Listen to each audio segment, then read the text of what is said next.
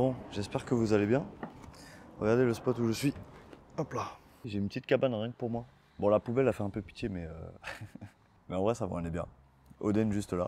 Bon, aujourd'hui, c'est la première vidéo d'une série. Ça fait longtemps que je veux faire ça, mais ça y est, je me lance enfin. Où l'idée, c'est de vous partager en temps réel ce qui se passe sur mon voyage en direction du Japon. Qu'est-ce que je fais en ce moment? Où est-ce que je suis? C'est quoi les questions que je me pose? Qu'est-ce que je suis en train de régler? Etc. etc.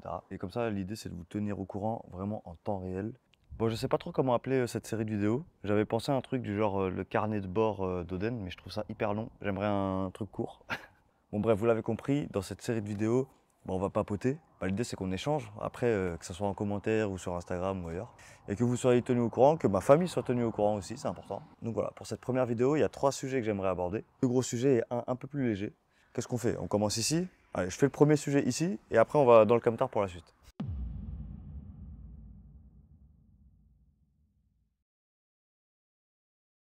Alors le premier sujet, je pense que vous l'avez vu au titre de la vidéo, c'est que j'hésite à vendre Oden, mon camtar. En fait, mon trajet, il n'a pas changé. Je fais toujours Europe, Turquie, Géorgie, Russie, Kazakhstan, Russie, Mongolie, Russie, Japon. Et avec ce camtar, je pourrais très bien aller jusqu'au Japon sans trop de problèmes. Si je passais pas par tous ces pays, si je passais vraiment par la Russie, ou que je faisais vraiment très attention. Le truc, c'est que moi, ce voyage, j'ai envie de le faire à fond. Et donc, en passant au Kazakhstan et en Mongolie, je risque de traverser des rivières qui, en ce moment, se transforment en fleuves parce que c'est un peu le bordel en Mongolie et au niveau de la météo. Et moi, je serai en Mongolie l'été prochain, donc c'est important que je regarde qu'est-ce qui se passe maintenant en Mongolie. Et voilà, et traverser ces pistes avec Oden, c'est un peu me mettre en danger, c'est un peu compliqué.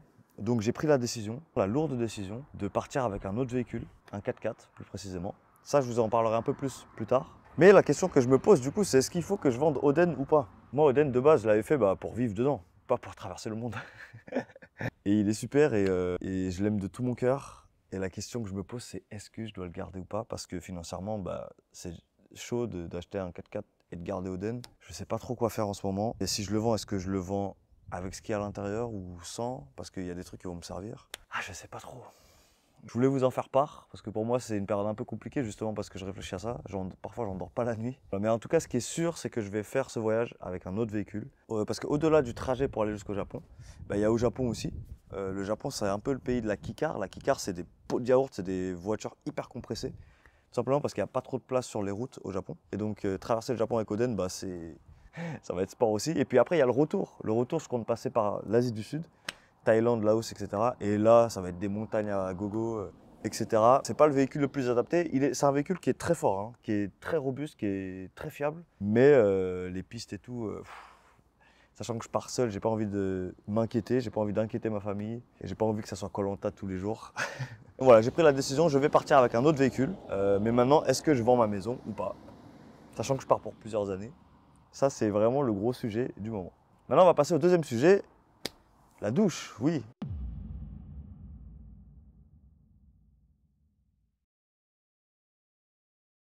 Vu qu'il fait beau, on va rester dehors. On va en profiter. Ça, c'est ma gourde. Je sais pas, elle fait combien de litres, je me souviens plus, mais je l'aime trop. Elle est énorme. Bon, bref, c'est pas le sujet de la vidéo. Enfin, je la laisse ici quand même. Alors, le deuxième sujet que j'avais envie d'aborder avec vous, c'est concernant ma douche. J'ai publié une vidéo sur ma douche où je présentais ma douche. Et j'étais trop content de vous montrer ma douche.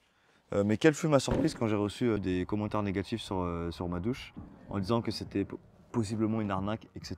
Bon, pour ceux qui ne sont pas au courant, je récapitule vite fait le sujet. En gros, j'ai présenté ma douche. Il y a des gens qui se sont aperçus que cette douche était vendue 200 € à peu près, alors qu'il existait exactement le même produit chez la marque Vevor qui était vendu à 60 ou 70 €. Alors, c'est pas exactement le même produit parce que chez Vevor, c'est un pulvérisateur et dans l'entreprise de la douche, c'est une douchette. Mais c'est vraiment la même base. C'est la même chose, sauf que à la fin, soit tu as un pulvérisateur, soit tu as une douchette.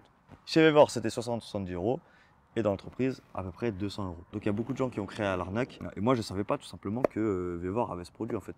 En fait, je ne savais pas du tout. Moi, j'étais vraiment trop content de vous présenter ma douche parce que pour moi, qui vis en van depuis 2 ans, je trouve que c'est le meilleur compromis en fait. C'est une douche en inox que tu peux poser sur un poêle ou sur un réchaud pour la faire chauffer. C'est une douche à pression, donc que tu pompes pour avoir de la pression.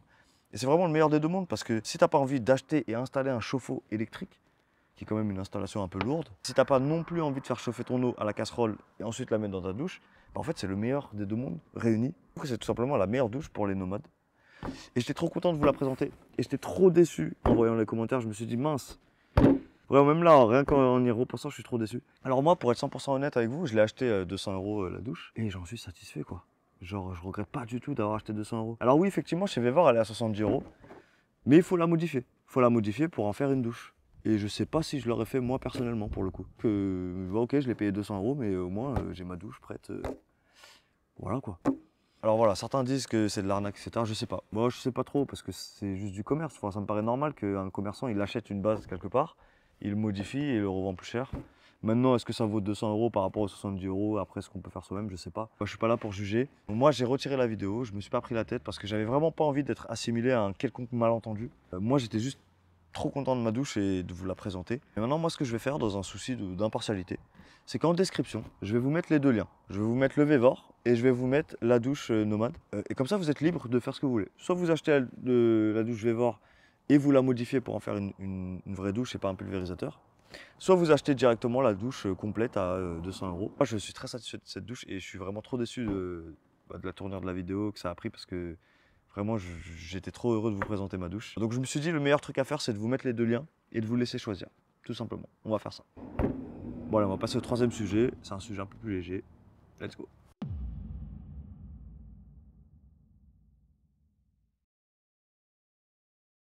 Bon alors, ce troisième sujet que je voulais aborder avec vous, ben, c'est très simple. C'est un sujet un peu plus léger. Ma demande de passeport a été refusée. Et je pense que vous vous doutez que le passeport dans mon voyage, c'est peut-être un des éléments les plus importants. Donc c'est un peu relou. Alors je vous explique. En gros, moi, mon passeport, il est toujours valide. Il finit en février 2025. Février 2025, moi, je serai en plein voyage. Et voilà, et je m'étais dit que il valait mieux que je renouvelle mon passeport. Comme ça, j'aurais pas à me saouler avec tout ça une fois que je serai dans tel pays, Kazakhstan, Mongolie, Thaïlande, j'en sais rien, Japon. Enfin, ça a été refusé. Ils ont jugé que je faisais la demande trop tôt. Pourtant, février 2025, je trouve que c'est pas si loin. Sur un passeport de 10 ans, 10 ou 15 ans, je sais plus combien de temps un passeport. Je trouve ça un peu marrant qu'on nous mette un peu la pression pour renouveler nos papiers d'identité, ce qui est normal puisqu'il faut des papiers à jour. Mais quand on essaie de s'y prendre un petit peu en avance, on nous dit non, attends la fin, attends le dernier moment pour renouveler tes papiers. En vrai, c'est pas grave, mais bon, ça va me saouler en 2025 de devoir faire ça, alors que là, j'avais le temps de le faire. Donc bon, c'est pas grave, on fait avec. Mais j'avais envie de le dire parce que justement, ça fait partie de l'aventure.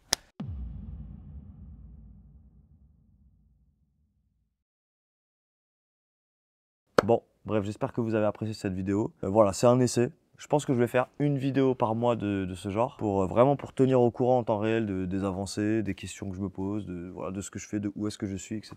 Bon, là, je suis en France, donc ça aura un vrai intérêt une fois que je serai en trip. Et puis évidemment, l'idée, c'est qu'on discute par commentaire. Donc n'hésitez pas à mettre un message en commentaire ou même venir me voir sur Instagram, peu importe. Mais l'idée, c'est qu'on échange. Donc moi, je vous donne rendez-vous à la prochaine vidéo. La prochaine vidéo, on va parler de mon filtre à eau. Et je suis très content parce que ça fait genre 3 mois que je l'ai et que je ne l'ai pas utilisé parce que je voulais vraiment l'utiliser pour la première fois pour la vidéo. Ça fait 3 mois que je l'ai, 3 mois que je ne l'ai pas utilisé.